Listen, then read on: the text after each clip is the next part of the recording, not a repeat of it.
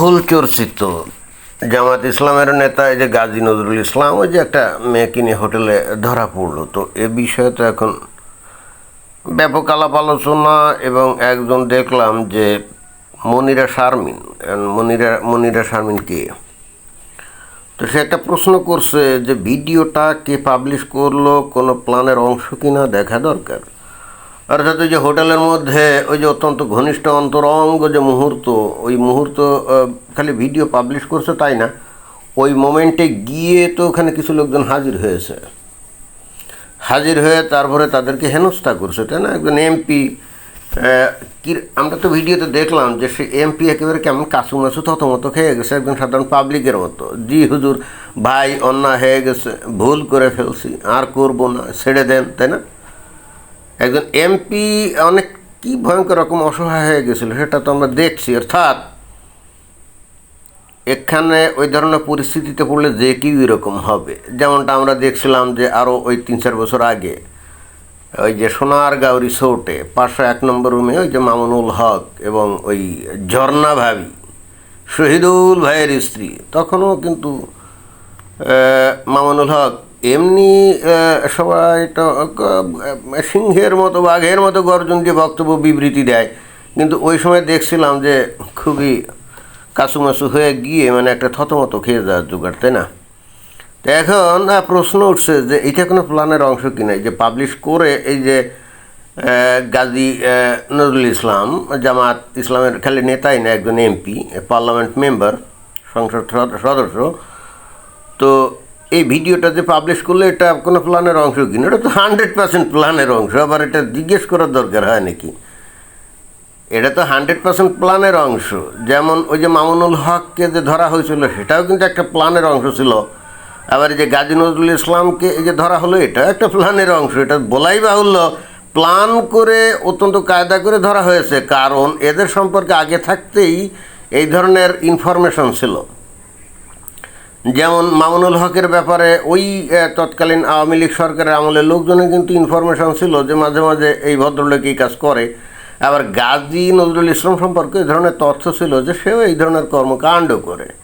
তো অতএব এইগুলোকে হাতে নাতে ধরে এগুলোকে প্রসার করবে, এটা তো কিসের 100% প্ল্যানের অংশ। আওয়ামী লীগের আমলে ওইটা ছিল আওয়ামী লীগের প্ল্যানের অংশ, আর এই বর্তমানে বিএনপির আমলে এটা হলো বিএনপির প্ল্যানের অংশ, তাই না। এখন প্রশ্ন হচ্ছে, দেখেন যেখানে মৌলিক একটা ইন্টারেস্টিং ব্যাপার, এবং সেটাই আসলে অ্যাড্রেস করার জন্য ভিডিওর অবতারণা, সেটা হলো যে যখন ওই আওয়ামী লীগের আমলে মামুনুল হককে ধরা হলো, যারা নাকি ধরলো দেখবেন যে অতঃপর এই খোদ মামুনুল হক সহ আরও যে তৌহিদি জনতার অংশ, তারা কিন্তু একটা পর্যায়ে এটাই বলা বলি শুরু করছিল যে যারা তাকে ধরছে তারা হলো নাস্তিক, তারা হলো মুরতাদ, তারা ইসলাম বিদ্বেষী, এবং পাবলিক কিন্তু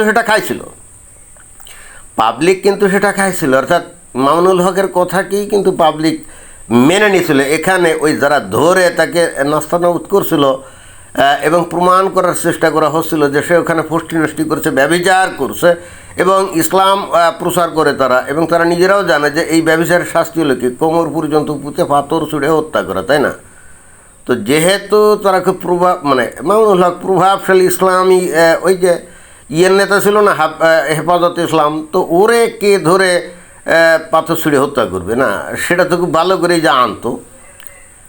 তো বিষয়টা হলো এরকম যে তার কথাও জানতো যে মামুনুল হক এই কাজ করে, কিন্তু যেহেতু আওয়ামী লীগের আমল ছিল, খুব ইজিলি আওয়ামী লীগের লোকজনদেরকে কিন্তু ইসলাম বিদ্বেষী, নাস্তিক ইত্যাদি ট্যাগ দিয়ে তাদেরকে কিন্তু হেনস্থ করা গেছিলো, এবং ইভেনচুয়ালি এই মামুনুল হক সদম্বে আবার ফিরে আসে, তাই না। তো বর্তমানে এই যে এই ক্ষমতায় কারা বিএনপি, আর বিরোধী দল কারা জামাত ইসলাম, তাই না। তো জামাত ইসলাম তো তারা বিভিন্নভাবে দাবি করে যে তারা খুবই আদর্শবাদী একটা দল, এবং তাদের দলের সদস্যরা একেবারে ফেরেশতার মতো চরিত্র, এটাই তো ফেরেশতার মতো চরিত্র। এবং তারা এমনও ওই ইলেকশনের সময় অনেক ক্ষেত্রে দেখা যায় যে যারা নাকি দাড়িপাল্লায় ভোট দিবে তারা বেহেশতে যাবে, এই ধরনের বলে না, এই ধরনের প্রচার তো করছে। তো জামাত ইসলামের নেতাকর্মীদের বেসিক্যালি এই নারী ঘটিত এই বিষয় ছাড়া অন্যান্য ধরনের কেলেঙ্কারি যেমন দুর্নীতি বলেন, চাঁদাবাজি বলেন বা অন্যান্য, এগুলো কিন্তু অনেক কম, এটা কিন্তু বলতেই হবে। পক্ষান্তরে আমরা তো জানি যে বিএনপির লোকজন কি করে, তারা কীভাবে চাঁদাবাজিটা, যেগুলো আমরা তো গত 2 বছর ধরে দেখছি, তাই না, ক্ষমতা আসছে নাইলে 3-4 মাস 4-5 মাস, তাই না, কিন্তু এর আগ থেকেই তো তারা চাঁদাবাজিতে তো উস্তাদ, এটা তো বলাই বাহুল্য। অতএব এখানে একটা ভাবমূর্তির সমস্যা আছে না। বিএনপি ক্ষমতায় অথচ জনগণের মধ্যে তাদের সম্পর্কে ভাবমূর্তি খারাপ, যে বিএনপি মানে চাঁদাবাজটা যেটা ওটা সেটা। তখন বিএনপির কি আদা জল খেয়ে লাগবে না যে জামায়াত ইসলাম যারা নিজেদেরকে দাবি করে ফেরেশতার মতো চরিত্র আদর্শের মানুষ, তাই না, তো বিএনপি কি তককে তককে থাকবে না যে জামাত ইসলামের লোকজন বেকায়দা মতো বা সুবিধা মতো পরিস্থিতিতে যদি পায়, তাহলে একেবারে ধরে তারপরে তার বুক উন্মোচন করে দিবে। সেটা চতুর্দিকে এখন ইন্টারনেটের যুগ, যে কোনো জায়গায় যে কোনো একটা ঘটনা হলেই হাতে তো স্মার্ট মোবাইল ফোন আছে, ভিডিও বানাতে তো আর টাইম লাগে না। ঘটনা ঘটতে টাইম লাগলেও ভিডিও বানাতে তো টাইম লাগে না। তো এটা বিএনপির লোকজন তকে তকে থাকবে না যে আচ্ছা আচ্ছা জামাত ইসলাম তোমরা আদর্শের লোক না, তোমরা খুব নীতিবান, মুখে বহুত কথার ফুলজুরি ছোটাও, আর নিজেদেরকে ফেরেশতার মতো চরিত্র, ফুলের মতো পবিত্র চরিত্র দাবি করো না, তো ঠিক আছে আমরাও তকে তকে থাকলাম। ঘটনা তো এটাই, তাই না। এখানে বিএনপির লোকজন তো এই গাজী নজরুল ইসলাম সম্পর্কে আগেই জানতো, এবং তারা তো তকে তকে ছিল, কোন হোটেলে ওঠে, কোথায় কত নম্বর রুম ইত্যাদি, এগুলো জেনে শুনে বুঝে তারপরেই কিন্তু খেলাটা এখানে ঘটিয়েছে। এবং এখানে এমনও হতে পারে হয়তো মেয়েটার সাথেই ওই বিএনপির লোকজন যোগসাজশ করছে, এই যে রুমে ঢুকবি বা কোন হোটেলে উঠবি আমাদের জানাবি, আর ঘটনা প্রচার হলে তোর কোনো অসুবিধা নাই, তুই তো গরিব মানুষ, টাকা পয়সা ভালোই পাবি। ওই মানে যে এমপি গাজী নজরুল ইসলাম, তার কাছ থেকেই অনেক ক্ষতিপূরণ আদায় করে দেবো। আর এছাড়া যদি তোরা বিয়ে শাদী করে বসে মানে ঘটনা আর পরে, তাতেও তো তোর অসুবিধে কি, 2-4-5 বছর পরে তো এটা মরে যাবে, তো তার অনেক সহায় সম্পত্তি, তুই ভাবি এবারে তুই অল্প বয়সে করে বিয়ে করবি, সমস্যা কি, তুই তো গরিব মানুষ। তো ওই মেয়েটাও জড়িত থাকা অস্বাভাবিক কিছু না, কিন্তু সেটাও মূল ফ্যাক্টর না। মূল ফ্যাক্টর হচ্ছে যে এটা তো বলাই বাহুল্য যে বিএনপি তো তককে তককে থাকবে, তাই না। বিএনপির লোকজন কোথায় কি ধরা পড়লো না পড়লো এইটা নিয়ে তো তাদের কোনো মাথা ব্যথা নেই। কারণ আমরা তো জানি যে বিএনপি তারা যদিও একটা ইসলামপন্থী, মানে সুডো ইসলামপন্থী, পুরো ইসলামপন্থী না। তো এখানে যে মৌলিক যে বিষয়টা সেটা হচ্ছে যে এইবার যে গাজী নজরুল ইসলামকে যে ধরলো যে বিএনপির লোকজন, তাই না, অবশ্যই বিএনপির লোকজন।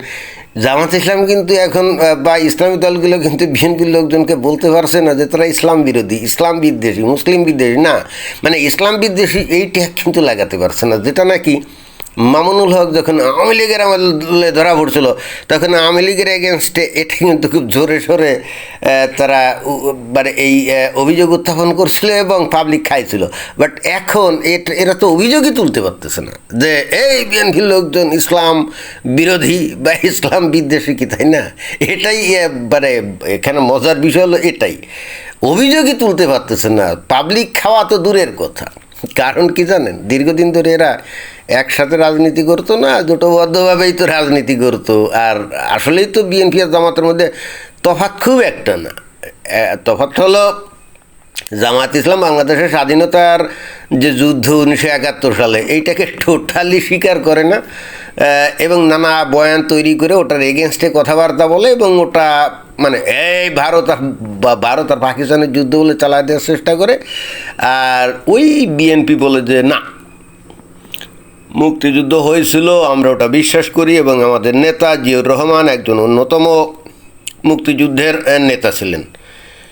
This is the difference between Jamaat Islam এবং এই বিএনপি। আমার কাছে এটাই মনে হয়, এর বাইরে অন্য কোনো ধর্মীয় ব্যাপারে কোনো তফাৎ আছে আমি অন্তত দেখি না। তো তাই যদি হয় তাহলে জামাত ইসলাম কি করে এখন বিএনপিকে বলবে তারা ইসলাম বিদ্বেষী, বলেন তো।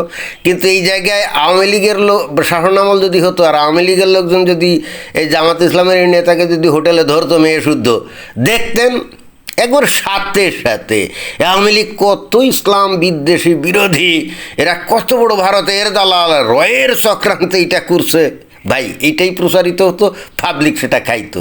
এখন বিএনপির এগেনস্টে কেন যে এই তারা ভারতের দালাল, রয়ের দালাল, তারা ইসলাম বিদ্বেষী, এই ট্যাগগুলো যে কেন দেওয়া হচ্ছে না, এতে আমি ভীষণভাবে মর্মাহত। আমার মনে হয় যে দেওয়া উচিত, অন্তত আওয়ামী লীগ দিতে পারে। কি বলেন? ধন্যবাদ।